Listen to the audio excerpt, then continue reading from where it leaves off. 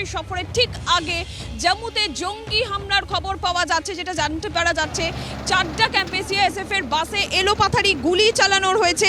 এই খবর সামনে আসছে।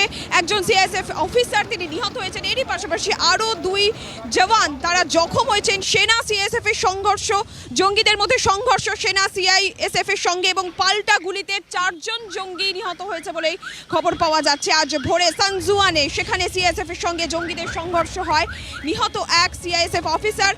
ইতিমধ্যেই যে খবর পাওয়া যাচ্ছে 2 জন জঙ্গি নিহত হয়েছেন এই গোটা ঘটনায়। চারটা ক্যাম্পে সিআইএসএফ এর বাসে এলোপাথারি গুলি চালানো হয়।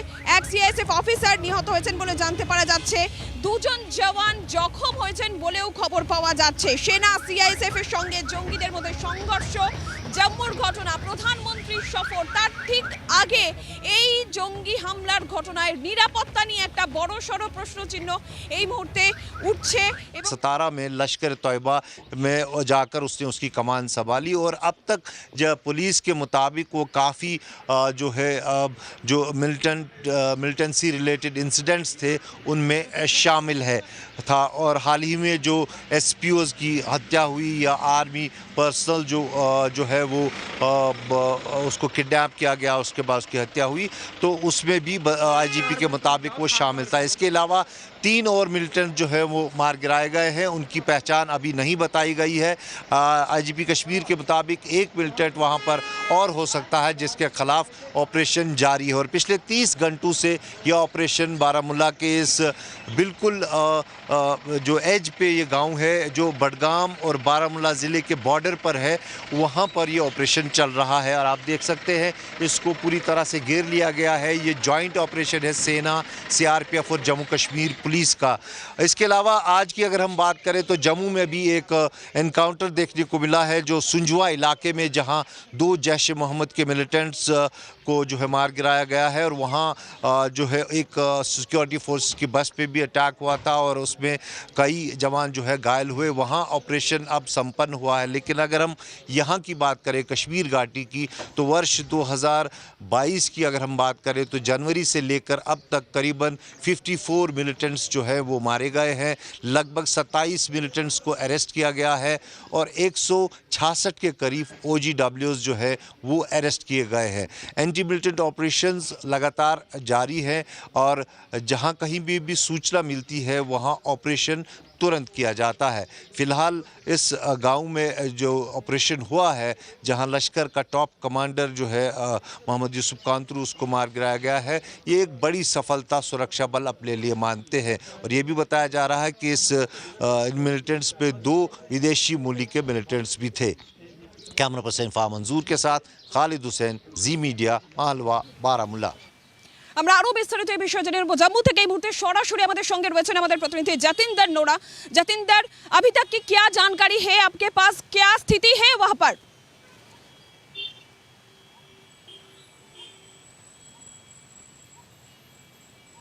जी, मैं आपको बता दूं कि जिस प्रकार से आज सुबह 4 बजे के करीब सुजमा के फैसलाबाद में जब एनकाउंटर शुरू हुआ, कहीं ना कहीं सीआरसी की बस पे एक ग्रेनेड फेंका गया, जिसमें एक सुरक्षा बल का जवान शहीद हो गया और उसमें 5 से 6 व्यक्ति जो घायल हुए उनको जम्मू के बच्चनगर हॉस्पिटल में पहुंचाया गया। अगर आपकी बात करें 2 मिलिटेंट को मार गिराया गया वहां पे, लेकिन अभी भी अगर देखा जाए तो वहां पे तफ्तीश जारी है। कहीं ना कहीं देखा जाए तो आईजीपी मुकेश सिंह का कहना था कि कहीं ना कहीं देखा जाए कोई आईडी नहीं हो सकती, कहीं आईडी लगाई ना गई हो। अभी तक तो सर्च ऑपरेशन चल रहा है, लेकिन 2 मिलिटेंट को मारा गया है, जिसके पास से 2 AK-47 और कुछ मैगजीन पकड़ी गई है।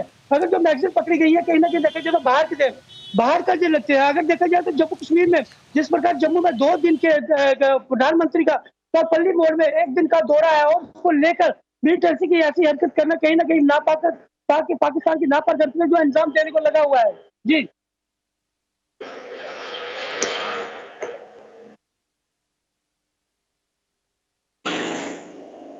আমাদের সঙ্গে এই মুহূর্তে সরাসরি রয়েছেন অবসরপ্রাপ্ত সেনাকর্তা কর্নেল কৌশিক সরকার। স্যার, প্রধানমন্ত্রী সফরের ঠিক আগে এই ধরনের হামলার জঙ্গি হামলার ঘটনা, নিরাপত্তা নিয়ে একটা বড়সড় প্রশ্নচিহ্ন উঠছে।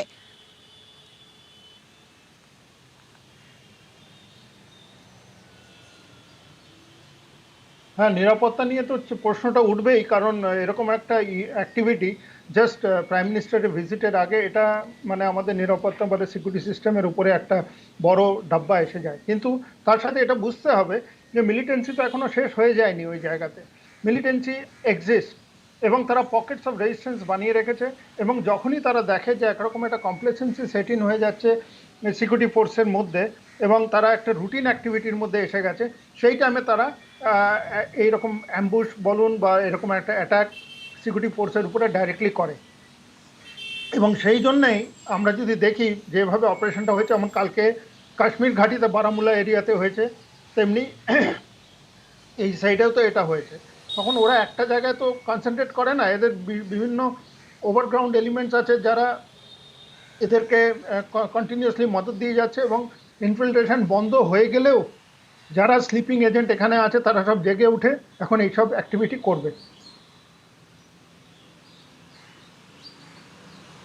স্যার, এই জায়গা থেকে একটা বিষয় তো খুব স্বাভাবিক যে যেহেতু প্রধানমন্ত্রী আসছেন, নিরাপত্তাও সেই মাত্রায় আঁটোসাঁটো করা হয়েছে, কিন্তু তারপরেও এই হামলার ঘটনা ঘটছে।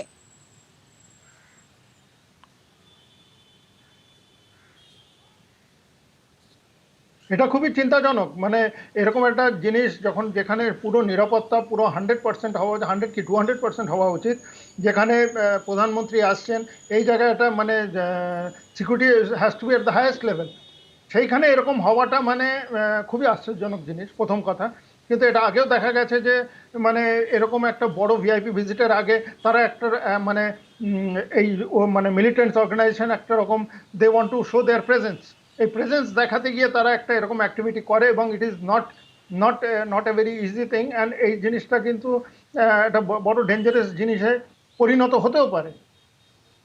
সেটার দিকে মাথায় রেখে আমাদেরকে এইভাবে নিরাপত্তাটা এমনভাবে করতে হবে যে এটা অন্তত যে এই সব ভিআইপি ভিজিটের আগে জিনিসটা অনেকটা ফুল প্রুফ করা 100 মানে প্রযোজ্য, এবং এটা দিয়ে কোনো রকম মানে কমপ্লেসেন্সি যদি হয় সেটা কিন্তু আমাদের অ্যাকসেপ্ট করা একদমই উচিত নয়।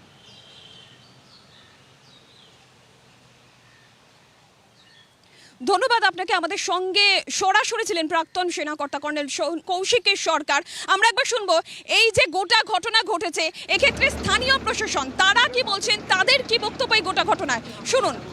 बस हमारे लोगों को वापस ले जाने के लिए ड्यूटी ख़त्म करने के लिए आ रही थी, तो हमारे बस पे हमला हुआ और उसका हमारे लोगों ने बहुत बहादुरी से सामना किया और उसका सामना करते हुए हमारे एक एएसआई एसपी पटेल साहब की शहादत हो गई है और एक हमारे कांस्टेबल विट्ठल वो थोड़ा ग्रीवसली इंजर्ड हैं, लेकिन बाकी लोगों ने पूरी बहादुरी से उसका सामना किया, रिटेलिएट किया।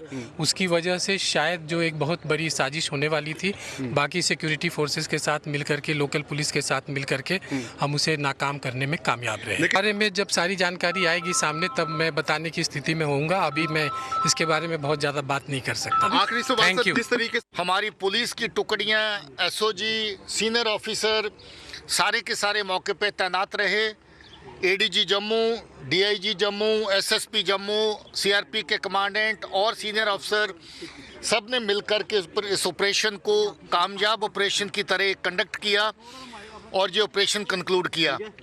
इसमें जो दोनों दहशतगर्द मारे गए हैं इनका जैश ए मोहम्मद के साथ ताल्लुक़ है।